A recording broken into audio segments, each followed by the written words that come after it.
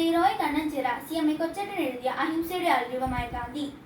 186 വർഷം മുൻപ് 1769 ഒക്ടോബർ 2 ഗുജറാത്തിലെ പോർബന്തറിൽ പിറന്ന മോഹൻദാസ് കരംചന്ദ് ഗാന്ധി എന്ന മഹാത്മജിയുടെ ഓർമ്മ ഇന്ത്യ എന്ന ഉപഭൂഖണ്ഡത്തെ മാത്രമല്ല, ലോകത്തിലെ സമാധാനകാംക്ഷികളായ സഹോദരങ്ങളുടെ എല്ലാം ഹൃദയങ്ങളെ ത്രസിപ്പിക്കുന്നുണ്ട്. കൂട്ടുകാരെ, ഒക്ടോബർ 2 ഗാന്ധി ജയന്തി, മഹാത്മാഗാന്ധിയുടെ ജന്മദിനം. ലോക മനസ്സിൽ സത്യത്തിന്റെയും അഹിംസയുടെയും ആൾരൂപമായ ഗാന്ധി ഇന്ന് വീണ്ടും ഉയർക്കുകയാണ്. ജനകോടികളുടെ മനസ്സിൽ ഗാന്ധിസം എന്ന സമാധാന സന്ദേശമായി ലോകം കാണാൻ കൊതിച്ചുറങ്ങിയ ഒരു സുന്ദര സ്വപ്നമായിരുന്നു ഗാന്ധി.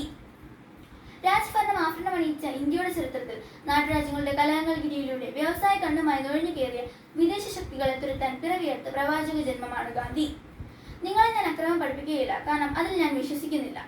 എന്നാൽ ജീവൻ പോയാലും ആരുടെ മുൻപിലും തല കുനിക്കാതിരിക്കുന്നത് എങ്ങനെ എന്ന് നിങ്ങളെ പഠിപ്പിക്കാൻ എനിക്ക് സാധിക്കും എന്ന് പ്രഖ്യാപിച്ചുകൊണ്ടാണ് ഉദാത്തമായ മാനുഷിക മൂല്യങ്ങളുടെ ചലിക്കുന്ന മന്ദിരമായി ഗാന്ധി ഇന്ത്യൻ നാഷണൽ കോൺഗ്രസിന്റെ മുൻനിര നായകനായി സ്വാതന്ത്ര്യ സമരത്തിന്റെ മുന്നണി പോരാളിയായത്.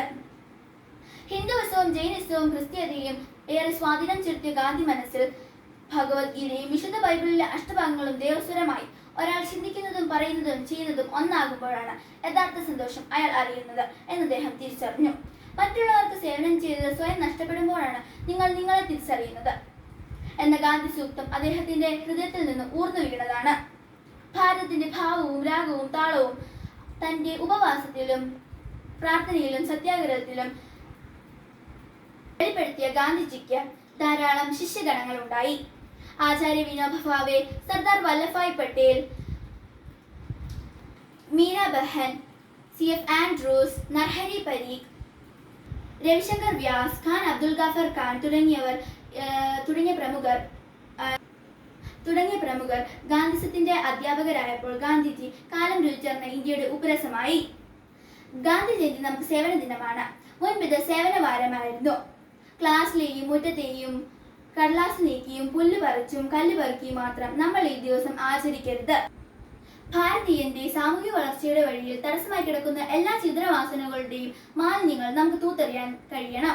ഇന്ത്യ സ്വാതന്ത്ര്യ വഴിയിലൂടെ നടക്കട്ടെ. അതിനായി നമുക്ക് ക്ലാസും സ്കൂളും പരിസരവും നമുക്ക് ലഹരി വിമുക്തമാക്കാം. നമ്മിലെ ദുശീലങ്ങളുടെയും ജീർണിപ്പുകൾ തുടച്ചു നീക്കുന്നതിനും ഈ ഗാന്ധി ദിനത്തിൽ നമുക്ക് തുടക്കമിടാം. ഭാരത് മാതാ കി ജയ്. നന്ദി.